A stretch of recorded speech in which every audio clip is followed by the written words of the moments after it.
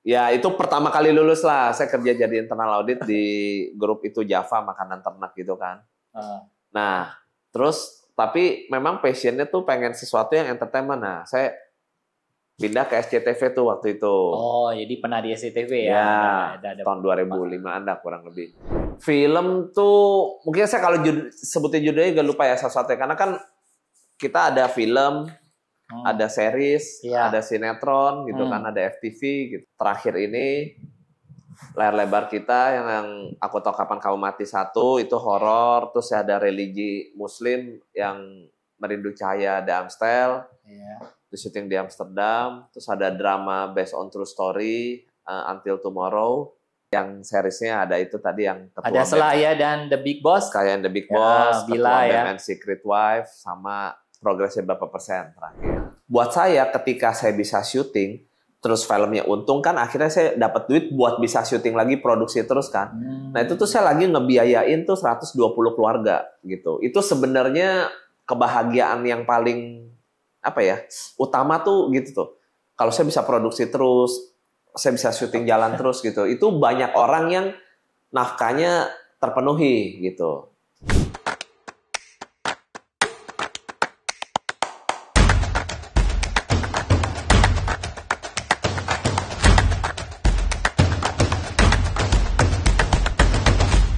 Halo Happiest People, kembali lagi bersama saya dalam Ngobrol Bareng Gunawan Lawa. Hari ini saya kedatangan tamu yang luar biasa, pekerjaannya sangat menarik. Pasti semua penasaran nih, pengen tahu siapa tamu saya. Ya, kita langsung aja dengan Bro. Halo, Bro Oswin. Halo. Ya, welcome to my channel. Ya, thank you udah diundang. Nah, pasti penasaran nih. Bro Oswin ini apa? Ya, Bro Oswin ini adalah seorang produser film ya. Jadi buat Happiest People, orang-orang kreatif, pasti penasaran banget nih. Pekerjaan apa sih? Bagaimana juga bisa membangun suatu PH, rumah production house, yang dibangun oleh Bro Oswin. Ya, kita tanya aja dulu, Bro Oswin, gimana nih? Tolong bisa cerita sedikit nih tentang kok bisa ya bisnisnya ke PH ya? Ya. Oke, pertama thank you udah diundang. Salam kenal semua teman-teman, saya Oswin. Jadi memang ini suka banyak yang nanya nih, kenapa bisa terjun di PH? Karena kan ini mungkin salah satu pekerjaan yang agak jarang banget. Ya, agak jarang gitu, nggak lazim gitu kan. Gitu. Nah, mungkin memang yang pertama pasti passion gitu kan. Memang passionnya tuh di sesuatu yang berbau-bau dunia industri kreatif film ya. Nah, dulu juga mungkin sekitar tahun mungkin berapa ya? 99, 2000 tuh belum seheboh sekarang nih dunia film nih. Kalau sekarang kan udah banyak banget, industrinya udah di mana-mana, sekolahnya juga udah di mana-mana. Nah, pada saat itu tuh emang belum terlalu banyak, tapi saya emang dari dulu tuh suka sama di belakang layarnya film gitu. Jadi kalau boleh cerita, misalnya nonton film nih, dulu belum ada YouTube nih, belum terlalu rame lah YouTube gitu. Saya nggak tahu deh udah ada atau belum tuh tahun segitu. Jadi saya pengen tahu nih orang cara bikinnya kayak gimana sih gitu. Bikin film nih produksi di belakang layarnya tuh kayak apa gitu kan. Nah, saya dulu suka beli dulu ada namanya majalah Cinemax tuh. Itu majalah tentang film ya. Ya, kupas-kupas tentang film tuh. Itu tapi udah mungkin 2006 2008 ya tuh banyak tuh kupas-kupas sutradaranya ngomong apa-apa, oh saya demen tuh. Kedua, nonton behind the scene-nya. Nah, nonton behind the scene tuh dulu agak susah, nyarinya mesti di DVD. Nah, jadi dulu saya suka koleksi DVD film barat juga ada. Kita kalau beli DVD tuh ada bonus feature-nya. Feature ya? Ya, dapat interview, uncut version, dapat behind the scene. Nah, oh gini tuh cara bikin, makanya lihat green screen, lihat apa, kayaknya tertarik gitu. Nah, sampai sekarang tuh saya kalau nonton satu film yang berkesan banget, pasti pulang saya cari di YouTube behind the scene-nya gitu. Saya penasaran pengen lihat kayak apa sih cara dia bisa bikin film kayak sampai kita nontonnya tuh bisa sampai dalam 2 jam tuh bisa ngerubah pola pikir kita, ngerubah mungkin cara pandang kita sama sesuatu gitu kan. Mungkin kadang-kadang ngerubah hidup kita dalam cuman waktu 2 jam gitu loh. Apa sih yang bisa kuat begitu gitu kan. Oh, bakatnya udah memang bukan bakat, lebih ke passion. Pengen tahu gitu kan. Nah, ternyata lihat-lihat, wah gila bikin film ada yang persiapannya 1 tahun, 1,5 tahun gitu kan. Bahkan film-film kayak Avatar 7 tahun gitu. Buat bikin film yang durasinya 2 jam, persiapannya kayak gitu kan. Wah, menarik gila, ya. ini iya, berarti ini sesuatu barang yang unik ya. Ya unik gitu. Apa sih yang bikin lama gitu kan? Kita makan di restoran, makan 10 menit ya, masak selama-lamanya berapa lama sih? Nggak mungkin sampai tahunan gitu kan. Tapi kok ini barang bisa gitu ya, barang yang tontonannya sekian jam tapi persiapan tuh bisa lama gitu. Nah, ya dari situlah passionnya. Terus saya dulu sempat kerja jadi internal audit. Internal audit? Ya, itu pertama kali lulus lah. Saya kerja jadi internal audit di grup itu Java, makanan ternak gitu kan. Nah, terus tapi memang passionnya tuh pengen sesuatu yang entertainment. Nah, saya pindah ke SCTV tuh waktu itu. Oh, jadi pernah di SCTV ya? Ya, tahun 2005-an dah kurang lebih. Nah, saya pindah ke SCTV ini emang menemukan passionnya nih gitu. Nah, saya ingat banget waktu itu kita pernah SCTV tuh pernah bikin film gitu kan. Join sama satu PH, judulnya Ekspedisi Madewa gitu. Nah, dari situ kan saya ngelihat langsung ke lapangan yang selama ini saya cuma nonton di YouTube. Bukan di YouTube lah, di DVD-DVD itu. DVD itu yang fitur tadi ya? Nah, saya datang ke setnya, datang ke lokasinya, lihat proses syuting tuh kayak apa. Jadi yang selama ini saya nonton di layar, sekarang bisa saya nginjekin kaki ngelihat langsung gitu kan. Wah, gila kayaknya saya lihat kamera-kamera gede, lihat lampu-lampu gede, lihat set. Gimana feelingnya waktu itu? Ya excited lah pasti lah, iya. Kita datang ke lapangan bola, nonton selama ini nonton di TV, terus lihat live langsung gitu kan. Pasti kan excited kan. Oh gila, ternyata yang di layar kelihatan segini, kalau kita lebarin, oh ternyata kayak gini gitu kan. Yang di layar orang cuman sendiri berdua, ternyata kalau kameranya dibalik itu mungkin ada ratusan orang, iya gitu kan. Oh kayak gini gitu. Nah terus selesai di situ, akhirnya saya resign. Nah, bikin film pertama tuh tahun 2007 gitu kan. Aku ya? Medley yang judulnya. Oh ya. Itu saya bikin tahun 2007. Ya mulailah terus belajar sampai sekarang lah. Gitu. Oh ya, gimana medley-nya? Ya medley itu film pertama.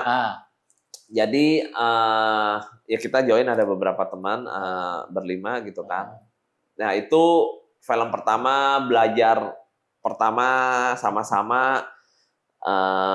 Ngeliat lah, oh ternyata proses bikin film kayak begini. Kita bener-bener ngikutin tuh dari nol, jadi nyari dana, nyari sponsor apa segala macam gitu kan. Ya, tapi namanya pelajaran pertama, filmnya kan kurang sukses gitu. Bukan filmnya jelek ya, filmnya itu. Tahu saya bagus filmnya. Kurang, ya kalau secara kita pribadi sih semua kenapa kita mau bikin ya karena kita suka menceritanya gitu kan. Tapi kan balik lagi nih, penonton bikin, bikin film kan bukan apa yang kita suka, tapi kan apa yang penonton suka kan, apa yang cocok. Kalau mau bagus di industri kan, ternyata mungkin kurang cocok sama pasarnya, filmnya kurang sukses lah gitu secara pasaran ya. Makanya kita sempat agak lama tuh 2007, terus bikin film lagi 2011 apa 12 tuh saya agak lupa tuh. Nah di tengah-tengah proses itu ya kita belajar lah gitu. Oh gitu ya. Oke, selama yang biar orang tahu nih, produser apa sih yang sudah diproduksi aja selama ini, yang film-film apa yang sudah diproduksi? Film tuh mungkin saya kalau sebutin judulnya gak lupa ya satu-satu, karena kan kita ada film, ada series, ada sinetron gitu kan, ada FTV gitu. Ya tapi ya basically ya film pertama kita itu medley, sama kalau mungkin yang terakhir ini layar lebar kita yang Aku Tahu Kapan Kamu Mati 1 itu horor, terus ada religi Muslim yang Merindu Cahaya The Amstel, itu syuting di Amsterdam, terus ada drama based on true story Until Tomorrow. Banyak ya? Ya itu yang layar lebarnya ya, yang seriesnya ada itu tadi yang Ketua ada Selaya dan The Big Boss, kayak The Big Boss, Bila Ketua ya, BM and Secret Wife, sama progresnya berapa persen terakhir. Gila, mantap sekali Happiest People. Ini masih muda, luar biasa sekali ini ya. Amin. Waduh, kita mantap sekali. Saya senang banget dengannya. Kemudian ada juga Ketua BEM dan The Secret Wife. Iya. Nah, kalau kita bikin suatu film, kira-kira itu produksinya berapa lama? Dan kira-kira budgetnya berapa ya? Ya kalau film tergantung ya, itu tadi baru kita cerita aja 7 tahun dia persiapan gitu kan. Kalau you buat rata-rata berapa? Ya kalau kita mungkin 6 bulan lah ya.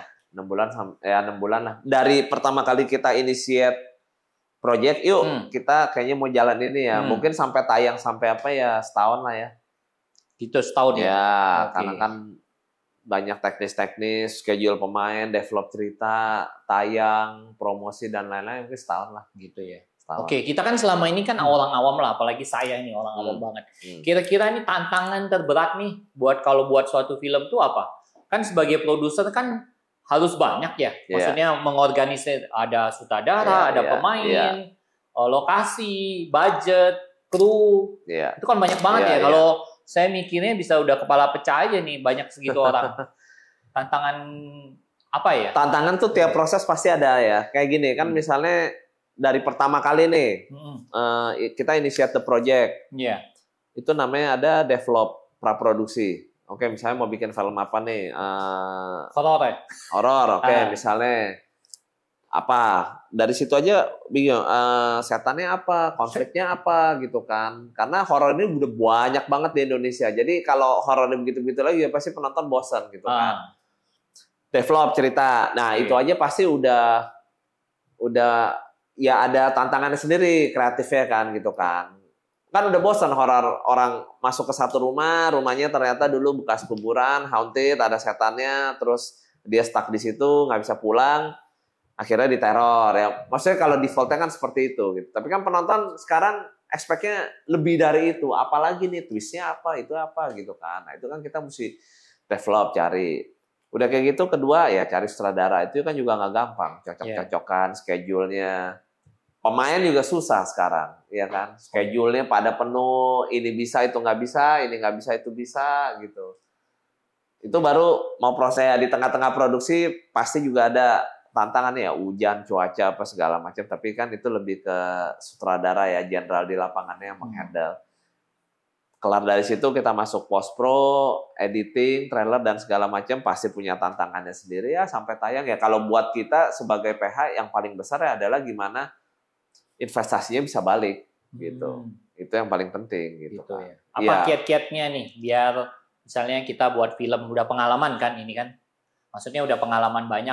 Apa nih value-value yang dipegang ya, maksudnya oh ya ini bikin suatu film tuh ya bisa nguntungin gitu loh. Ya itu sampai sekarang nggak ada yang tahu pasti.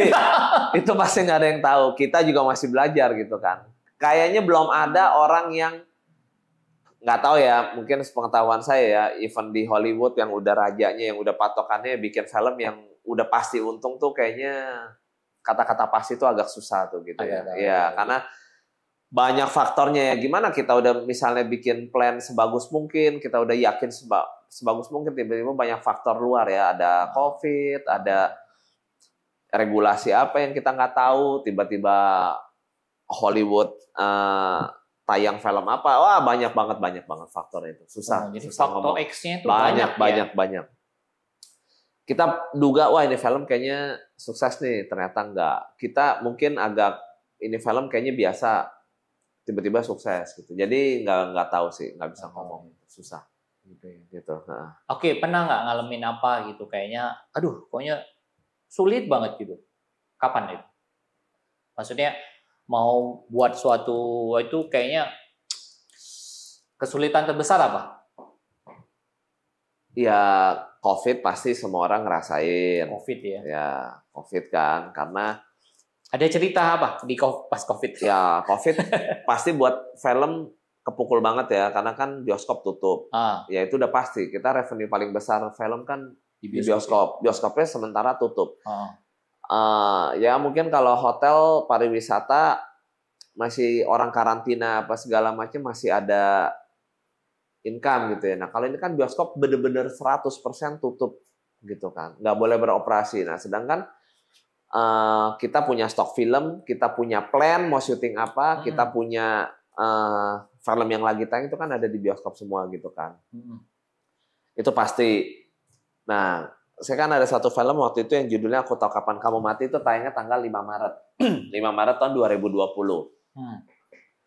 Nah, jadi COVID itu sebenarnya udah agak kedengeran tuh gitu. Tapi mungkin karena kita nggak tahu, belum pernah ngalamin. Jadi rasanya kayak flu burung. Flu burung juga rame di luar, tapi di Indonesia biasa aja kan waktu itu kan. Gitu.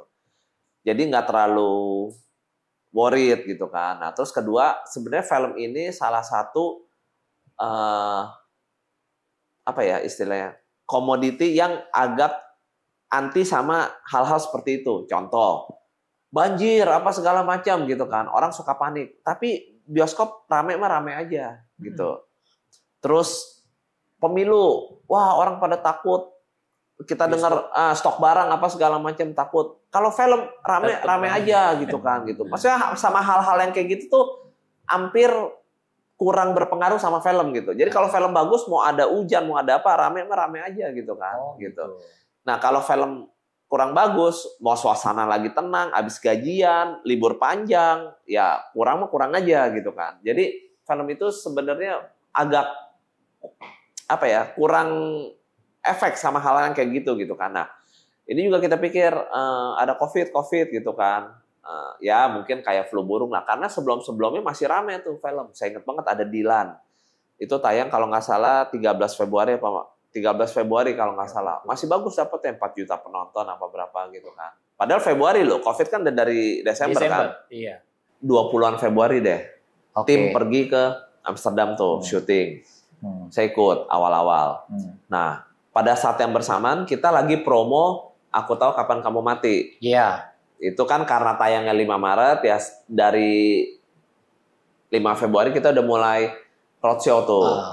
Wah, ke Medan, ke Palembang. Kita keliling tuh 22 kota jalan. Bagus semua tuh, rame semua. Nggak ada COVID ketakutan tuh nggak ada. Tiba-tiba saya ingat banget kalau nggak salah tanggal 1 tuh. 1 Maret. Pasien pertama di Jakarta. Depok. Iya. Yang nari-nari itu, yang penari apa kalau nggak salah ya. Iyalah. Wah, masuk nih mulai gitu kan. Tapi belum terlalu ada apa-apa nih gitu. Ya udah kita jalan seperti biasa. 5 Maret kita tayang. Lumayan tuh, bagus lah boleh dibilang di atas ekspektasi kita. Hari pertama penontonnya 62.000 sekian. Tayang, seminggu masih bagus. Mulai di hari ke-10 atau hari ke-11 lah. Mulai tuh, makin kerama makin kesini. Mulai beritanya makin rame sampai tanggal 19 Maret. Pak Gubernur umumin kan. Bukan lockdown ya, apa? Kalau nggak salah PSBB. Belum tuh, belum PSBB. Pokoknya nonaktif lah semua tuh. Iya. Jadi WFH apa segala macam 19 Maret, puncaknya 26, saya agak lupa ya lockdown atau pokoknya memang yang takut banget lah gitu. Iya. Nah, proses ke 19 Maret itu pelan-pelan tuh, bioskop satu-satu tutup, satu-satu tutup. Puncaknya tuh 19 Jakarta tutup semua. 26 kalau nggak salah ya, nasional tutup. Iya. Gitu. Ya, jadi film ya mau nggak mau dari nggak turun lah pelan-pelan sampai 0 tanggal 26. Iya. Itu problem pertama. Problem kedua itu yang lagi syuting di Belanda gitu. Ya itu juga jadi dikejar-kejaran tuh gitu. Jadi kita pulang 2 hari kemudian Belanda lockdown. Oh gitu. Iya. Jadi itu memang timingnya ya mau dibilang itu problem, tapi mau dibilang itu anugerah juga ada anugerahnya gitu. Pas banget. Pas banget gitu kan. Kita pulang lockdown. Iya. Kalau nggak bisa. Ya kalau nggak bisa pulang. Nah itu nggak tahu tuh biayanya bagaimana. Kita juga nggak ngerti tuh gitu kan. Dan udah selesai syuting semua gitu. Oh pas banget ya. Iya. Nah kalau misalnya lockdown ada 10 scene aja belum keambil gitu kan gimana? Filmnya kan nggak jadi gitu kan? Iya. Udah pulang lockdown. Nah, ya kalau mau ditanya dukanya adalah ya film itu berarti nggak bisa tayang, nggak bisa apa-apa ya, kepending. Itu waktu lah ya. Waktu sampai 2020, 2021, 2022 baru kita bisa tayang akhirnya bulan Januari gitu. Ya itulah banyak hal-hal yang di luar plan kita bisa plan tapi buat saya COVID itu masalah semua orang ya, bukan saya doang gitu. Mungkin ada PH-PH yang lebih besar. Hampir semua bisnis lah ya. Hampir semua bisnis sih gitu. Nah, itu kan tadi ya istilahnya kesukaran lah ya, tantangan terbesar. Nah, apa yang membuat bertahan istilahnya tetap di bisa tetap ya pasti ada dong, maksudnya apa sih happy-nya gitu loh. Ya. Ya, kita cerita happy-nya dikit. Pasti nomor satu itu passion. Passion ya, ya. Karena orang kalau nggak ada passionnya di industri film pasti nggak survive. Gitu ya. Passion ya. Passion. Karena ini industri yang kelihatannya glamor. Wow, film ada gala premier ya. Kelihatannya glamor gitu ya. Tapi uangnya tidak sebesar yang kelihatannya. Gitu. Iya. Mungkin orang jual restoran yang diam-diam segala macam bisa lebih gede dari gitu. film kalau omset sama untungnya. Enggak lah. Enggak ya. Film belum tentu untung, iya kan? Kita belum tentu ya. Prosesnya panjang, melibatkan begitu banyak orang gitu kan, belum tentu untung gitu. Jadi effortnya sama hasilnya tuh belum tentu sebanding, makanya harus punya passion. Kalau yang wah kenapa mau bikin film, gue mau nyari untung, belum tentu. Banyak kan nggak survive gitu. Iya, mungkin dia bisa nyari untung dengan duit yang sama, dengan jangka waktu yang sama, nyari untung di tempat lain dan lain-lain lebih banyak gitu kan. Jadi nomor satu memang mesti passion sih. Mesti suka sama film, suka sama industrinya gitu kok. Gitu. Nah, HPS People tuh udah dengar dia dari Bro Oswin ya. Jadi passion itu penting banget. Passion itulah yang akan membakar semangat kita kalau kita ngadepin kesulitan. Ya. Nah, ini pertanyaan ini tentang launching, katanya mau launching ini ya. Aku tahu kamu mati 2. Iya. Kira-kira kapan nih kelanjutannya? Ini kan memang upcoming film dari yang pertama. Nah, kebetulan responnya juga lumayan positif kan yang pertama, makanya kita putuskan buat bikin sequelnya Aku Tahu Kapan Kamu Mati 2. Semoga tahun ini lah. Tahun ini. Tahun ini. Boleh spill dikit ceritanya ya. Jadi ini prosesnya juga agak panjang. Kita ini udah ngobrol dari mungkin pertengahan 2022 ya. Jadi kita inisiat project pertengahan 2022, kita Juli 2022 kita bikin yuk Aku Tahu Kapan Kamu Mati yang kedua gitu kan. Nah, tapi kan pertanyaan sequel adalah mau bikin apa gitu. Karena banyak orang bilang sequel itu pasti nggak sebagus yang pertama gitu kan. Jadi tantangannya yang kedua biasanya nggak sebagus yang pertama. Jadi pasti ada tantangan gitu kan. Nah, mau bikin apa nih yang kedua? Berarti kan semuanya mesti lebih lah ya lebih mencekam, lebih horor, lebih seru, lebih gitu kan. Karena ekspektasi orang kan pasti tinggi. Nah, akhirnya kita ngobrol, panjang lebar tuh develop, ada cerita ini kurang cocok, ada cerita ini kurang cocok gitu kan. Nah, akhirnya keluarlah cerita ini sebenarnya based dari keresahan anak-anak muda di zaman sekarang, yaitu tentang mental health. Gitu. Ya. Jadi Aku Tahu Kapan Kamu Mati yang sequel ini judulnya Aku Tahu Kapan Kamu Mati, tagline-nya Desa Bunuh Diri gitu. Nah, jadi kebetulan ini penulisnya kan Mbak Lele, dia guru, ini yang nulis itu juga KKN kan, KKN Desa Penari. Nah, jadi di ini guru dia tahu di anak-anak muda nih sekarang banyak keresahan tuh mental health itu fragile lah ya.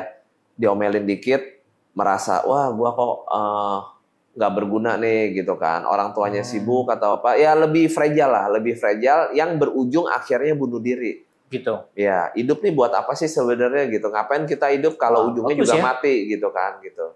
Ini akarnya dulu nih keresahan bagus. Gitu. Jadi kita ngobrol-ngobrol ternyata juga banyak orang-orang yang anak umur 8, anak umur 9 tuh udah mempertanyakan tujuan hidup nih apa gitu kan gitu. Kenapa kita hidup sampai umur segini tapi ada orang yang mati gitu. Jadi mulai purpose of life-nya ini mulai dipertanyakan gitu kan gitu. Dan kalau kita tahu lah banyak artis-artis Korea, India yang di Amerika juga hidupnya kita lihat udah glamor, udah nggak kekurangan apapun kan, matinya bunuh diri gitu. Iya. Kenapa? Itu kan berarti ada sesuatu yang salah sama belief. Ya beliefnya, mentalnya, health-nya. Nah, makanya kita angkat. Itu judulnya Desa Bunuh Diri. Jadi ceritanya ada satu desa di Indonesia yang ada kutukan, setiap tahun pasti ada yang mati, ada yang bunuh diri gitu. Nah, dia nggak kuat sama masalahnya, akhirnya bunuh diri. Nah, tapi kita mau kasih value sebenarnya di film ini kalau bunuh diri itu sebenarnya adalah ya boleh dibilang kutukan gitu. Kenapa bisa ada bunuh diri? Ya karena setan bisikin ke kita kalau ya udah lalu ngapain hidup, lu bunuh diri aja. Jadi bunuh diri itu bukan sesuatu yang berdasarkan memang keputusannya karena kita, tapi itu sebenarnya bukan akal sehat kita tuh yang berpikir gitu. Sebenarnya lagi ada setan yang bisikin kita untuk bunuh diri gitu. Nah, setannya ini ada wujudnya di si Aku Tahu Kapan Kau Mati. Gitu. Wih, bagus tuh, Happy People ya. Kalau menurut penjelasan dari Bro Oswin ini menarik sekali ya. Kalau menurut saya ya, itu memang sekarang itu dari mental healthy itu memang sekarang lagi marak ya. Lagi lumayan jadi perbincangan lah di anak-anak muda zaman sekarang. Anak-anak muda zaman sekarang ya, apalagi yang generasi Z mungkin ya. Mungkin kita boleh bareng-bareng nih nonton rame-rame. Iya. Ya. Oke. Boleh tahu siapa pemeran utamanya? Nah, pemeran utamanya yang pertama kan masih ada Natasha Wilona. Jadi dia juga main di yang kedua. Nah, di pertama ada Ria Ricis, ada Al, ada beberapa teman juga yang memang nggak ikut di kedua gitu. Karena ceritanya memang di pertama Al sama Ria Ricis tuh udah meninggal, udah mati gitu kan. Nah, jadi di kedua ini ceritanya sebenarnya 4 tahun dari ATKKM yang pertama. Iya. Jadi yang pertama itu si Sienna nama karakternya kan. Itu SMA. Nah, di yang kedua ini dia udah kuliah. Gitu. Jadi nanti ada Aca Septriasa. Oh, Aca ya? Ya. Wah, boleh tuh. Bagus tuh. Ada Marsha Arwan. Ada Giulio Parengkuan. Wah. Ada Ratu Felisa. Wah. Gitu. Ya, sama ada beberapa pemain senior lain. Gitu. Ya. Happiest People tuh udah dibocor ya, spill ya. Jangan lupa nonton ya, bagus tuh. Oke, teman-teman jangan kemana-mana, kita mau sedikit teaser ya tentang Production Unlimited dari Bro Oswin.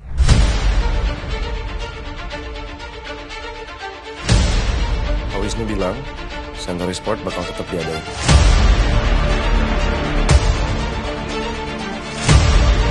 Gue mati suri.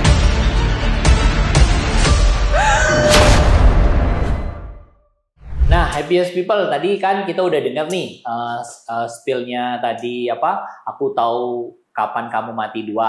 Nah, sekarang kita mau tanya-tanya soal sesi Q&A ya. Jadi dari teman-teman ngobrol bareng Gunawan, mungkin ada pertanyaan nih. Mungkin pertanyaannya nih Bro, yang sekarang mungkin lagi banyak orang nanya ya. Gimana nih dengan misalnya kan ada Netflix sekarang ada misalnya Disney Plus juga ya.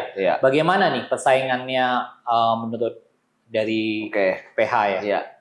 Itu kan Netflix, Disney Plus, banyak ya, ada View dan beberapa lokal kan juga banyak kan. Itu kan baru rame itu setelah COVID. Yes. Ya, sebelum COVID ada tapi mungkin kita belum terlalu aware gitu kan. Wah, bayar langganan ngapain apa segala macam. Nah, sejak COVID langsung Netflix karena memang udah established paling cepat langsung Disney Plus launching, Amazon View juga memang udah dari dulu, HBO Go HBO Go lokalnya ada, Vision Plus, Video, Genflix dan lain-lain ya. Nah, itu memang ketakutan kita pada saat itu, wah ini orang udah terbiasa nonton di rumah pakai handphone, nanti kalau bioskop buka apa masih mau nih orang datang ke bioskop gitu? Bayar sama, mereka langganan taruh misalnya 50.000, 60.000, paling mahal 100.000, paling mahal ya. Sebulan bisa nonton banyak film, puluhan ribu jam dari Indonesia, Barat, Cina, Korea, Thailand, apa semua, India kita bisa nonton. Kita sekali datang ke bioskop beli tiket average mungkin 50.000, parkir, makan segala macam, nonton berdua, habisnya lebih dari itu, gitu kan. Dan bioskop tutup 2 tahun. Habit orang tuh udah nggak biasa lagi nih datang ke bioskop. Itu ketakutan kita yang paling besar tuh. Setelah bioskop buka, apa masih mau nih orang datang ke bioskop sementara di handphone udah banyak gitu kan. Nah, jadi memang selama 2 tahun tuh pasti banyak orang ngerem nih. Wah, bikin film di bioskop nanti dulu deh. Kita nggak tahu nih setelah bioskop buka kayak bagaimana gitu kan. Nah, tapi nyatanya, setelah bioskop buka, itu ternyata jumlah penonton yang boleh dibilang jauh lebih besar daripada sebelum COVID. Gitu. Itu yang unpredictable sebenarnya gitu kan. Kita juga nggak nyangka. mungkin orang kangen, orang experience nonton di bioskop itu beda gitu kan. Experience-nya beda lah pasti. Walaupun beberapa harga bioskop lebih mahal daripada sebelum COVID ya. Mungkin kita perlu ngejar kerugian selama ini ya tutup pada saat itu kan. Jadi ya untungnya luckily itu tidak mengganggu jumlah penonton bioskop walaupun OTT sekarang banyak banget gitu kan. Malah ya mungkin kita bisa bersinergi nih sekarang. Setelah filmnya tayang di bioskop bisa ya mereka tampung di OTT gitu kan. Nah, memang tantangannya adalah bikin film bioskop sekarang tidak bisa standarnya biasa-biasa lagi gitu. Harus lebih naik, lebih advance, lebih ya semuanya lebih lah. Kenapa? Karena orang di OTT udah terbiasa nonton yang kayak begitu-begitu gitu. Nonton film India, nonton film Amerika, bahkan OTT itu juga banyak series lokal gitu kan. Maksudnya film Indonesia lokal gitu kan, yang mereka produksi sendiri gitu. Mereka bisa nonton 50.000, nonton berkali-kali, nonton satu keluarga gitu kan. Nah, jadi di bioskop memang harus menawarkan sesuatu yang lebih, karena mereka bayar lebih mahal, mereka effort waktunya lebih mahal gitu kan, pakai jajan dan segala macam. Harus kita bisa tampilin lebih daripada yang mereka tonton di OTT. Gitu. Oke. Jadi boleh dibilang dengan adanya OTT itu sebenarnya it's a benefit daripada daripada threat buat kita gitu. Iya. Oke, ini Q&A selanjutnya nih. Film atau series apa yang mengeluarkan anggaran produksi paling besar biasanya? Waduh. Kalau paling besar ya sebenarnya gitu ya, mungkin seiring waktu berjalan pasti produksi kita semakin hari semakin gede. Jadi ya karena banyak faktor. Satu, penonton Indonesia sekarang makin kritis, makin pintar lah, makin selektif. Artinya bagus ya. Penonton Indonesia mulai tumbuh, mulai grow up. Jadi mulai bisa menyeleksi film-film yang ini film yang kayaknya boleh ditonton, ini yang nggak mau ditonton. Mereka udah bisa lihat lah dari trailer, dari gambar dan lain-lain, mana yang mungkin big budget, mana yang budgetnya biasa gitu. Jadi tantangan kita tuh memang harus menyuguhkan film lebih berkelas buat penonton. Mau nggak mau budget kita semakin hari pasti semakin besar. Pertama, kedua teknologi juga semakin canggih gitu kan. Kita nggak bisa syuting sekarang pakai kamera yang 2 tahun lalu aja tuh udah ketinggalan zaman gitu, lensa dan lain-lain gitu. Jadi mesti upgrade semua ya. Itu kan juga cost. Ya, ketiga, eksperimental kita sekarang juga lebih banyak ya. Mungkin banyak scene-scene angle penggunaan tata kamera, art dan lain-lain yang kita nggak ngeliat di film-film 4-5 tahun yang lalu gitu kan. Ya contoh tusuk mata, belah bleeding apa segala macam kan sekarang lebih banyak di film Indonesia. Itu kan lebih cost kan gitu. Mesti bikin mock up, darah, sound effect, ledakan dan lain-lain. Zaman dulu kan 5-6 tahun yang lalu nggak terlalu banyak film kayak begitu gitu kan. Nah sekarang kan mulai gitu. Mulai banyak film-film yang lebih canggih lah ya sekarang. Lebih canggih, lebih advance lah. Mau nggak mau kan budgetnya memang pasti lebih gitu kan. Lagi. Ya, terus promosi kan juga sekarang, orang mulai lebih banyak lah, lebih heboh, kasih buy one get one, roadshow kemana-mana, pasang billboard di mana-mana, promosi-promosi aneh tuh yang kita nggak pernah ngeliat sebelumnya tuh lebih banyak sekarang gitu kan. Jadi memang nggak bisa dibilang dulu sama sekarang filmnya lebih mahal yang sekarang ya, karena memang tantangannya dan tuntutannya seperti itu gitu. Oke. Kita sama-sama syuting di luar negeri nih, misalnya tahun 2016 sama terakhir yang Aftel itu mungkin budgetnya pasti lebih mahal sekarang gitu kan. Gitu. Film apa bro yang paling berkesan menurutnya? Nah itu kalau yang berkesan susah juga ya, karena gini, kita kan bikin film tuh sebenarnya kayak ngegedein anak gitu loh. Dari ngedein anak. Iya bikin anak gitu kan. Kita dari awal nih mau diapain ya gitu kan. Kita treat baik-baik, kita rawat baik-baik, skenarionya kita develop tuh yang the best lah gitu lah. Makanya kalau saya pribadi bikin film tuh agak lama karena treatmentnya tuh lama gitu loh. Develop, kita udah lihat karakternya, pemain yang cocok siapa ya gitu. Maksudnya kita rawat bener-bener lah gitu. Ini film sampai dia jadi, sampai dia bisa siap tayang, ready tayang di bioskop, nah itu kayak anak, yuk jalan deh gitu, udah ya jalan deh gitu kan. Nah dia udah jalan kan kita udah nggak bisa ngapa-ngapain nih gitu. Iya. Gitu. Itu bersaing sendiri. Jadi ya semua film pasti ada kesannya masing-masing sih. Gitu. Oke. Nih ada pertanyaan lagi nih. Ya kan karena Sting bikin film horor nih. Pernah ada cerita nggak gangguan gitu? Di lapangan gitu? Iya di lapangan ya yang berbau horor juga. Kalau saya pribadi nggak pernah. Nggak pernah. Ya satu mungkin, saya kan ke lokasinya tidak seintens teman-teman di lapangan. Kalau sutradara kan setiap hari. Kalau saya kan nggak setiap hari kan. Kalau saya pribadi nggak pernah. Tapi dengar cerita tuh banyak. Contohnya? Ya yang kesurupan tiba-tiba. Oh gitu. Ya terus lagi jalan kaki ditarik. Ada yang bisikin. Ya banyak lah kayak gitu-gitu. Gitu. Ya itu percaya nggak percaya ya makanya ya gitu. Oke. Ini untuk menentukan lokasi saat penulisan skenario, lokasi yang ditentukan berdasarkan lokasi real atau CGI. Kalau lokasi di Indonesia saat ini kita masih real. Masih real. Oh, jadi karena CGI itu cost-nya besar ya, terus mungkin teknologi SDM dan lain-lainnya juga belum ya. Bukan belum ya, mungkin bisa pun waktunya jadi lama gitu, jadi panjang gitu kan. Nah, waktunya panjang kan, waktu itu kan duit semua tuh, cost semua tuh gitu. Jadi secara cost kita belum bisa ngejar. Dan lokasi Indonesia juga bagus-bagus gitu kan. Oh iya. Nggak usah jauh-jauh kayak di Bekasi, di Bogor, banyak kota, sawah, tempat apa yang ini di mana nih? Hah, ini di Bogor gitu. Kita aja nggak nyangka gitu. Oh gitu. Oh ya kelihatannya kayak di Bali, kelihatannya kayak di itu gitu. Jadi banyak banget memang yang masih bisa dieksplor tuh. Banyak banget. Oke. Iya. Nah, pertanyaan terakhir nih, Bro. Value apa yang lo pegang nih, Bro? Bisa bertahan di bisnis ini ya? Maksudnya lo sebagai seorang pebisnismen ya? Iya. Value-value apa sih yang lo pegang, yang lo selalu terapin juga lah dalam bisnis ini? Oke.